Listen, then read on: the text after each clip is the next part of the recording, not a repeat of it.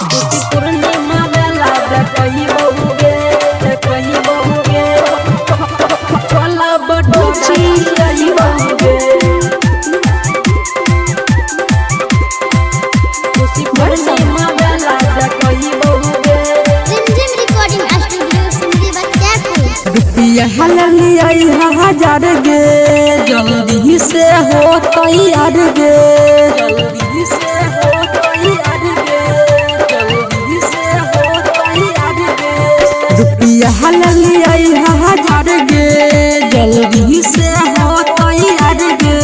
अब के साथ में तोड़ा घुमाई बहुगे खुशी पूर्णिमा मेला देखही बहुगे छोला भटूरा खियाई बहुगे खुशी पूर्णिमा मेला देखही बहुगे छोला भटूरा खियाई बहुगे खुशी पूर्णिमा मेला देखही बहुगे डीजे सनी छोला भटूरा खियाई बहुगे छोला भटूरा खियाई बहुगे तोरा हमैया पाछी बैठाई के साथ में लह जाइबोगे उ सारा पुलना में जे छलै उहो तोरा देखैबोगे उहो तोरा देखैबोगे तोरा हमैया पाछी बैठाई के साथ में लह जाइबोगे उ सारा पुलना में जे छलै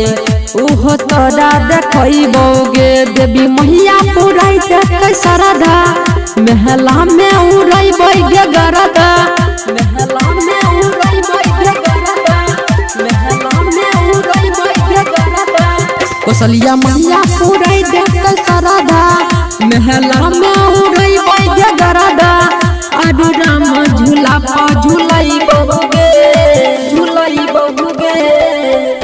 खुशी पूर्णिमा मेला देखही बहुगे छोला भटूरा खियाई बहुगे खुशी पूर्णिमा मेला देखही बहुगे छोला भटूरा खियाई बहुगे खुशी पूर्णिमा मेला देखही बहुगे छोला भटूरा खियाई बहुगे छोला भटूरा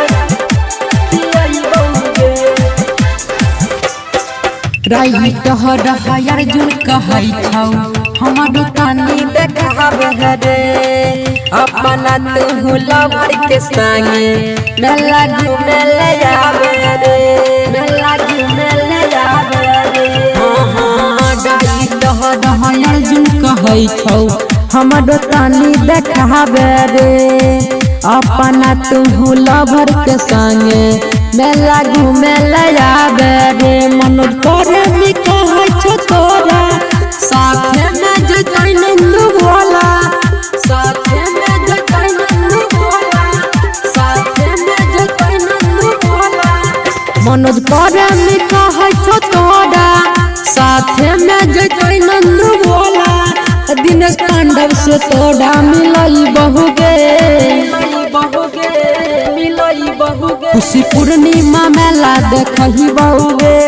छोला भटूरा खियाई बहुगे खुशी पूर्णिमा मेला देखही बहुगे छोला भटूरा खियाई बहुगे छोड़बो नया।